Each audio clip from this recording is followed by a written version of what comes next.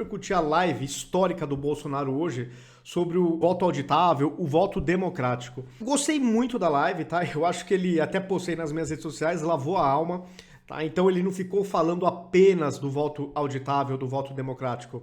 Ele também colocou um pouco lá o STF no seu lugar, né? Forçando o Supremo a trabalhar dentro das quatro linhas. Lembrou muito bem que a democracia que muitos defendem, na verdade, não é a democracia brasileira, né? Mas eles querem importar para o Brasil algo como acontece em Cuba, Venezuela, e ele, no começo, principalmente, falou muito de Cuba e Venezuela. Será que é isso que nós queremos para cá? Lá, de fato, não tem transparência nenhuma. Aqui, o que o Bolsonaro está lutando é por transparência.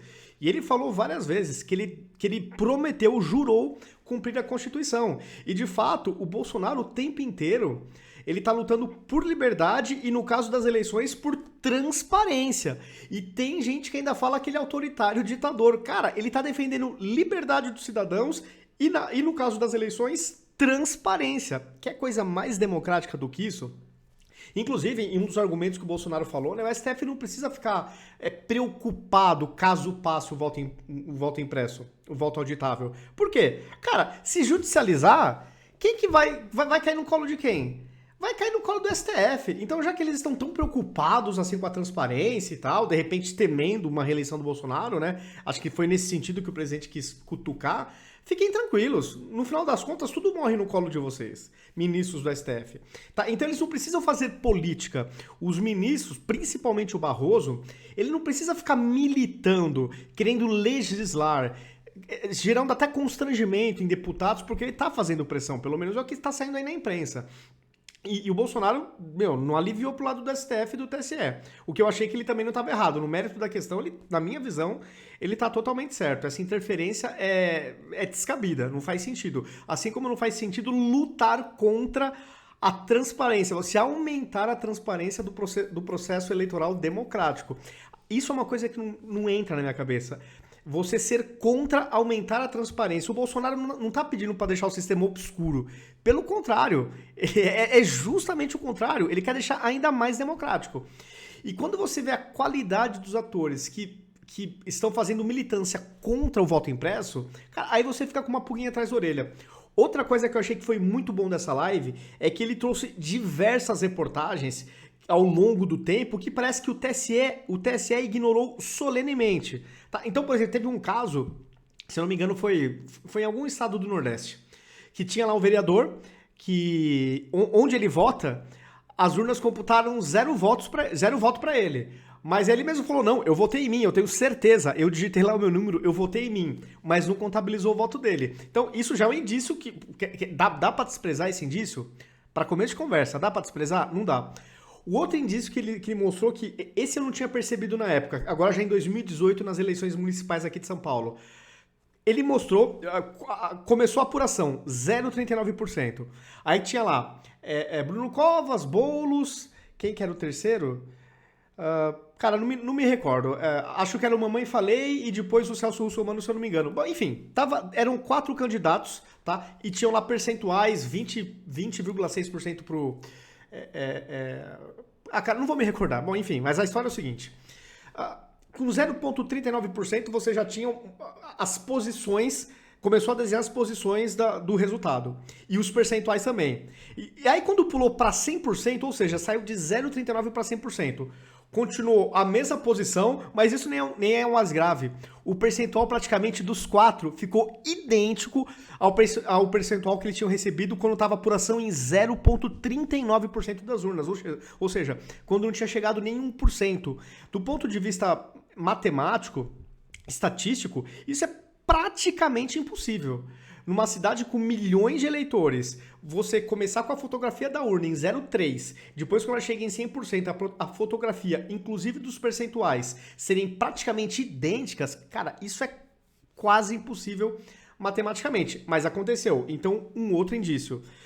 Ele mostrou, acho que uns 5, 6, 7 reportagens mostrando, assim, indícios fortíssimos. Uma coisa também que me chamou atenção e que em 2018 eu também já tinha notado, eu já tinha achado estranho, é o seguinte, já para a eleição presidencial. Então tinham terminado as apurações, estava terminando as apurações no Nordeste Aí o Bolsonaro tava com 49% ou 47%, uma coisa assim. Aí o que tava faltando entrar majoritariamente, em peso mesmo, o Sudeste, onde o Bolsonaro tava bem à frente do Haddad. Conforme o Sudeste ia entrando, ao invés do Bolsonaro passar com folga os 50% e vencer no primeiro turno, misteriosamente ele começou a diminuir. Mas caramba, tava entrando justamente o Sudeste, onde ele tinha muito mais voto que o Haddad.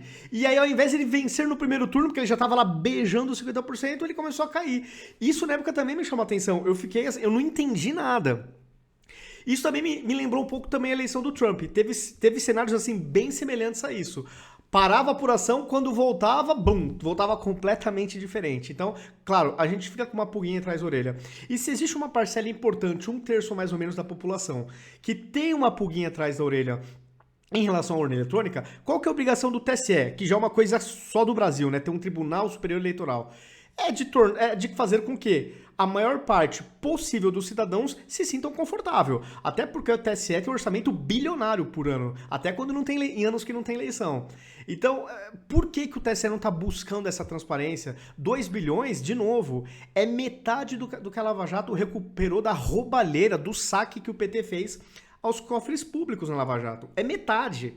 Tá? Então, claro, não, é muito, é claro que é muito. O PT roubou demais, 2 bilhões é muito, mas só que democracia custa caro mesmo. Todo mundo fala que você manter uma democracia custa caro. Tanto é verdade que nós brasileiros trabalhamos 5 meses do ano para bancar esse Estado gigantesco e para ser democrático.